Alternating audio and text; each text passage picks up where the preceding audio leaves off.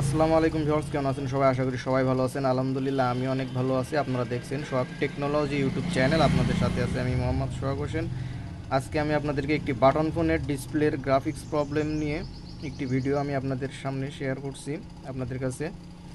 দেখেন আমাদের এই বাটন ফোনটির ডিসপ্লেটি বর্তমান কী অবস্থা আপনারা দেখতেই পারছেন। গ্রাফিক্সের কী অবস্থায়, এখান থেকে রেবনের বাম পাশ থেকে তিনটে লাইন কেটে গিয়েছে, জাস্ট তিনটে লাইন এখান থেকে দেখলাম যে একটুখানি রেবন কেটে গিয়েছে। তো তিনটা লাইন এখান থেকে খালি চোখে জাম্পারিং করাটা অসম্ভব একটা বিষয়। মাইক্রোস্কোপ ছাড়া এটি জাম্পার করাটা খুবই কষ্টকর। তো এখানে আমি আঠা দিয়ে রেখেছি, আঠাটি শুকিয়ে যাবে এবং এই যে বাম পাশের রেবনের একদম ডান পাশ থেকে তিনটে লাইন কেটে গিয়েছে। তো এখান থেকে আপনারা কি করবেন, মিডিলেরটা তিনটে যদি হয়, প্রথমটা বাদ দিয়ে দ্বিতীয়টাতে আপনারা তার টেনে জাম্পার করে দিবেন।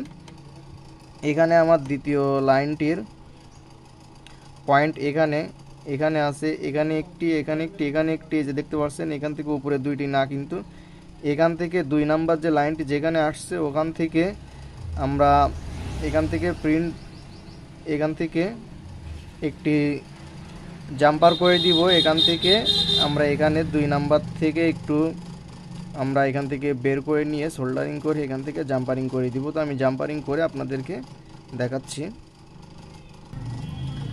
তো দেখেন আপনারা, আমি কিন্তু এখান থেকে একটি জাম্পারিং করে দিয়েছি, আপনারা দেখতে পাচ্ছেন। এখান থেকে জাম্পারিং করে এখানে 2 নাম্বারটাতে লাগিয়ে দিয়েছি। তো আপনাদের কি মনে হয় যে আমার এই ডিসপ্লেটি কি এখন অন করলে আসবে? আমাদের কিন্তু ডিসপ্লেতে লাইটও আসছিল না এবং গ্রাফিক্স লাফাচ্ছিল। তো আমি ফোনটি দেখেন পাওয়ার অন করছি।